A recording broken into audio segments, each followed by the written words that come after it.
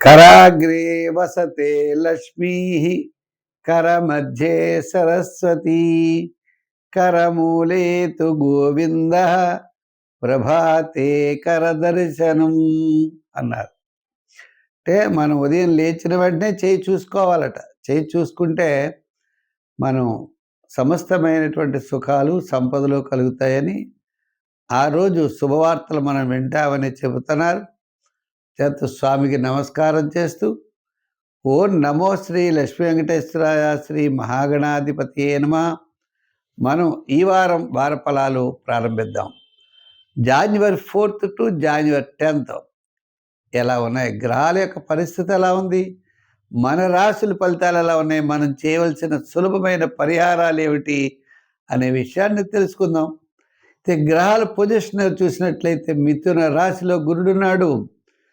కర్కాటక సింహ కన్య రాశుల్లో చంద్ర సంచారం, అదేవిధంగా కుజుడు బుధుడు శుక్రుడు రవి 4 గ్రహాలు ఎక్కడ ఉన్నాయంటే ధనురాశిలో ఉన్నాయి.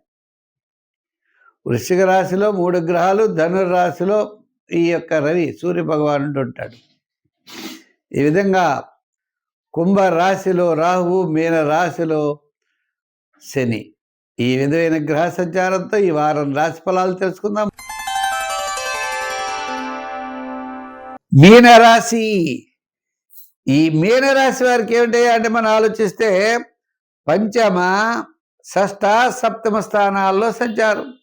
ఏదో వార ప్రారంభం అటు ఇటుగా ఉన్నా మీకు తప్పనిసరిగా వారం మధ్యలో వారాంతంలో చాలా అనుకూలత లభిస్తుంది. మరి ఈ రాశి వారికి ఆత్మస్థైర్యం ఎక్కువగా ఉంటుంది. 10వ స్థానంలో సూర్య భగవానుడు ఉన్నాడు. 10వ స్థానంలో సూర్య భగవానుడి వల్ల కార్యజయం, ఆర్థిక లాభాలు, బంధుమిత్రుల యొక్క సహాయ సహకారాలు ఇవన్నీ ఉంటాయి. ఈ వారం గత 4 వారాల కంటే అనుకూలమైన ఫలితాలు ఉండడం ద్వారా మంచి నిర్ణయాలు తీసుకుంటారు. శ్రమ తగ్గుతుంది, మంచి ఫలితాలు కూడా ఉంటాయి.